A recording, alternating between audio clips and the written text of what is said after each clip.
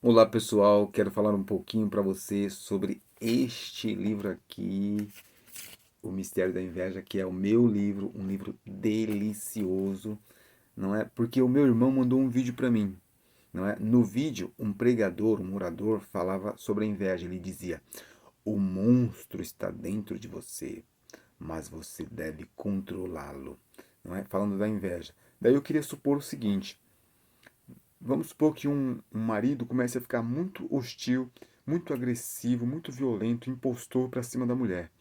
E vamos supor que este marido tenha ficado assim porque ele começou a ver muitos filmes impostores, machistas, muitas ter muitas amizades nesse sentido, começou a frequentar lugares, começou a ler livros, não é, que enchem a mente neste sentido.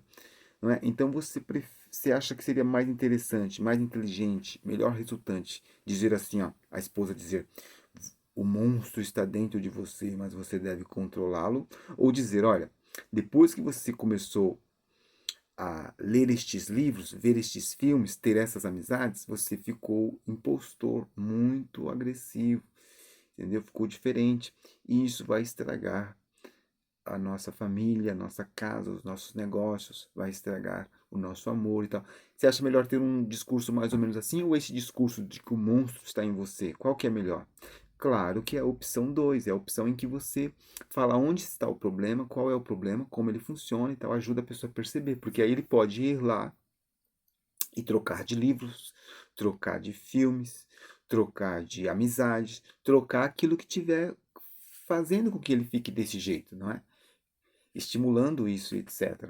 Mesma coisa do outro lado, a mulher começou a ficar muito violenta, impostora, briguenta, hostil contra o marido. E vamos supor que isso aconteça porque ela começou a ver muitas novelas feministas, começou a ver muitos filmes, ler muitos livros feministas, frequentar rodas feministas, manifestações e tal. Qual que é melhor? O monstro está dentro de você, mas você deve controlá-lo? Ou dizer, olha, depois que você começou a frequentar essas rodas, esses livros, essas coisas, ajudá-la, né, eu quero dizer, ajudá-la a perceber qual é a fonte e o que está acontecendo aí. Isso vai estragar a nossa casa, vai estragar a nossa família, vai estragar a nossa moral. É melhor esse discurso número 2 ou o discurso um do monstro? Claro que é esse segundo, né, nesses casos. Se é isso que está acontecendo, às vezes a pessoa não está percebendo que aquelas alimentações estão deixando-a dessa maneira, que a reação dela ficou mais assim, que a relação ficou mais complicada em decorrência dessa alimentação e dessas reações geradas por essa alimentação, etc. Ou seja, o homem é mau, claro que é mau, mas o fato de o homem ser mau não nos proíbe, não nos impede de lidar com determinadas questões. Não é porque o homem é mau que agora eu vou atribuir tudo a essa maldade e vou desistir de lidar com as questões. Não é? O homem é mau. Porém, muitos homens masculinos que não suportavam ver mulher ter êxito, hoje são fãs de mulheres artistas, atletas, empresárias, não é? Inventoras. Não é? Eles aplaudem, pagam e gostam do sucesso das mulheres. Ou seja, o fato de o homem ser mau não nos impede de lidar com as situações. Tem muitas coisas que são construídas pelo convívio coletivo e que são desconstruíveis. Não é? Muitas mulheres que não suportavam de jeito nenhum ver o êxito de determinadas pessoas, a gente pode colocar o negro aqui, por exemplo, né? A mulher, ela era a carrasca, ela era a patroa, a madana, chefe, ela açoitava o negro, escravizava o negro e não suportava negro. Hoje tem mulher que é apaixonada por negro, tem mulher que gosta de atleta negro, de cantor negro, de artista negro, de inventor negro, né? Ou seja, não é porque o homem é mau que nós não podemos mais discutir nada, que não adianta, que a gente tem que desistir de discutir e de trabalhar as questões.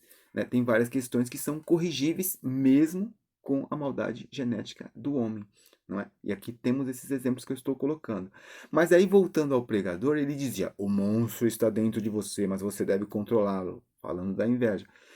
Por que nós podemos ter essa segunda opção nos outros casos, não é? Falando do machismo e do feminismo, por exemplo, de ter esse outro discurso, de quais são as fontes, etc., e nós não conseguimos tê-lo no quesito inveja, aludente à inveja, concernente à inveja, porque não se teve contato ainda com este trabalho. Esse trabalho não existia, não é? Quem não leu este trabalho fala como pregador.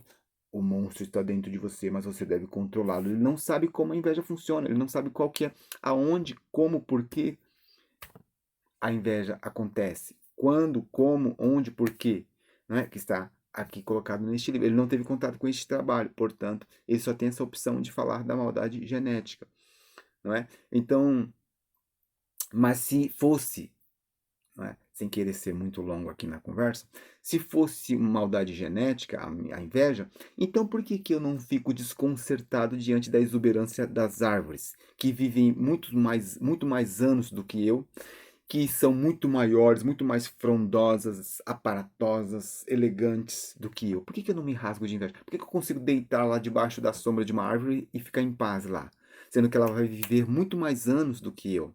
Tem árvores que vivem séculos, não é? E dão frutos e folhas e tudo, não é?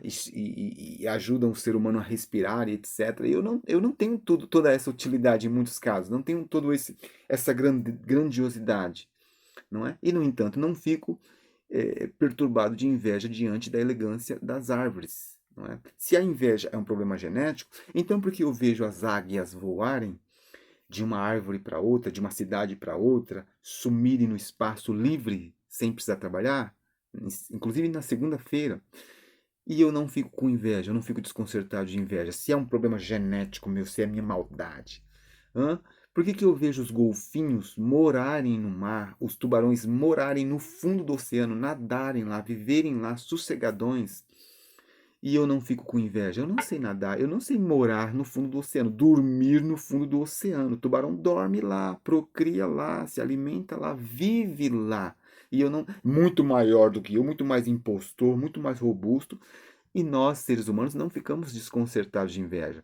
Se a inveja é um problema genético, então por que em determinadas conjunturas, ou melhor dizendo, porque em tantas conjunturas, em relação a tantas pessoas, nós não ficamos com inveja. Nós ficamos, pelo contrário, apoiadores, felizes, contentes, jubilosos com o êxito do nosso atleta favorito, do nosso cantor favorito, do nosso artista, do nosso inventor, do nosso palestrante favorito. Por que que a gente fica feliz diante da felicidade de tanta gente, se a felicidade é um monstrão genético, se o homem é biologicamente mau, geneticamente mau, e a inveja é isso? Não é? Claro que o homem é mau, como eu disse há pouco, mas essa maldade não nos impede de discutir outros problemas que são construídos pelo convívio coletivo. Então, voltando ao pregador, por que que ele não tem essa outra opção? Por que que ele não pode falar assim, ó, isso, isso, isso, isso, isso está te deixando invejoso? Né, para que a pessoa possa corrigir e reparar e lidar e alterar e ser um pouco diferente. Porque ele não pode fazer isso porque ele não leu este livro aqui. Ó. Ele não teve contato com este trabalho, O Mistério da Inveja, uma teoria sobre a inveja que a humanidade construiu. E, portanto, ele não sabe como a inveja funciona. Ele não sabe o que acontece nos casos de inveja.